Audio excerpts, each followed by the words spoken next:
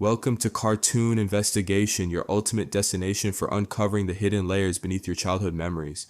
Today, we're diving deep into the mysterious transformation of Cartoon Network, from a playground of creative darkness to something suspiciously sanitized. 1. Where did it all go wrong? The early 2000s marked Cartoon Network's golden era, a time when animators seemingly had free rein to explore the boundaries of children's entertainment.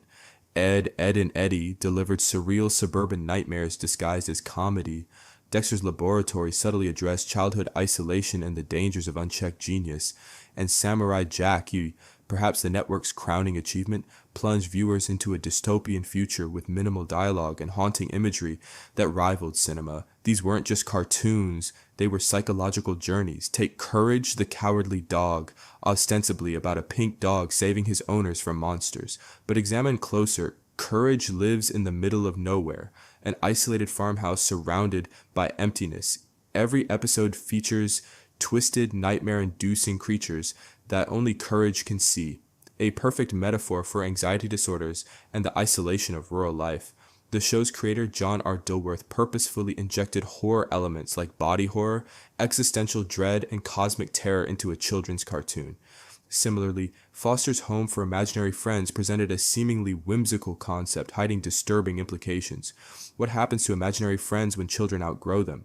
They're abandoned to an orphanage, a direct commentary on disposable relationships and the casualties of growing up. Now fast forward to today's lineup: Apple and Onion, Craig of the Creek, We Baby Bears. The darkness has evaporated, the psychological complexity gone, the willingness to unsettle viewers for deeper emotional impact replaced with bright colors, straightforward messaging, and careful avoidance of anything that might provoke discomfort.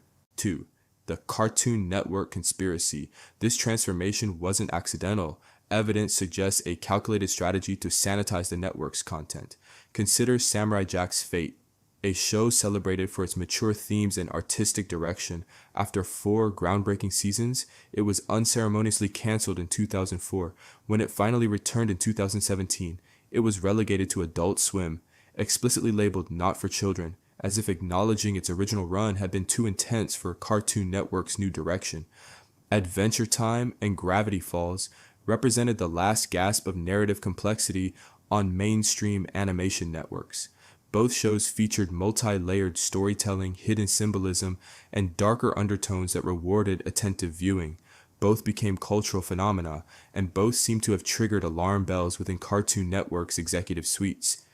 Industry insiders suggest a dramatic shift in leadership priorities around 2015 to 2016. New executives, allegedly concerned about international marketability and merchandise potential, began systematically steering productions towards simpler, less controversial content. Shows with established darker elements were gradually lightened or concluded. Pitches for complex new series were rejected in favor of more straightforward concepts. The evidence points to a boardroom coup. Creative control wrested from animators and placed firmly in the hands of marketing departments. The result? A network that bears little resemblance to its former self. 3. The Great Cartoon Erasure. Perhaps most disturbing is the active removal of Cartoon Network's legacy from public access. In the United States, Warner Bros.' controversial decision to purge HBO Max of numerous animated titles wasn't just a cost-cutting measure. It disproportionately affected series with more mature or complex themes. In Russia, many classic Cartoon Network series have disappeared from broadcasting schedules entirely. Shows like Courage the Cowardly Dog and original Teen Titans, once staples of the network, have vanished, replaced with lighter, newer content. Streaming services have engaged in selective editing of surviving series, removing episodes deemed problematic. Dexter's Laboratory, Chachi, Johnny Bravo, Yours, and even the Powerpuff Girls have had episodes quietly deleted from digital platforms, typically those containing darker humor or more intense scenes. This isn't preservation, it's revisionism. By removing access to these formative series, Cartoon Network appears to be actively rewriting its own history, erasing evidence of its groundbreaking willingness to challenge young viewers. What are they hiding? What don't they want today's children to see? And most importantly, Who benefits from this sanitized version of animation history? These are the questions we'll continue to investigate on this channel. Subscribe to Cartoon Investigation for more deep dives into the hidden truths behind your favorite childhood memories. The truth is out there, usually hidden in plain sight between frames of your favorite cartoons. A final warning: if this trend continues unchecked, we risk losing an entire art form, the complex, multi-layered animation that defined a generation.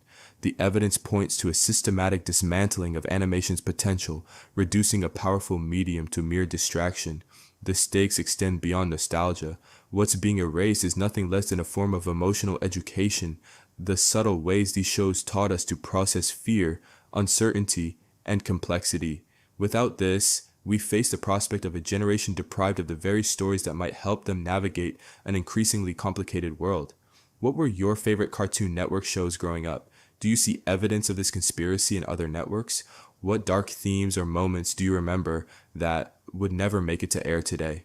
Share your thoughts in the comments below. Let's build this investigation together. Remember to subscribe to Cartoon Investigation for more deep dives into the hidden side of animation history.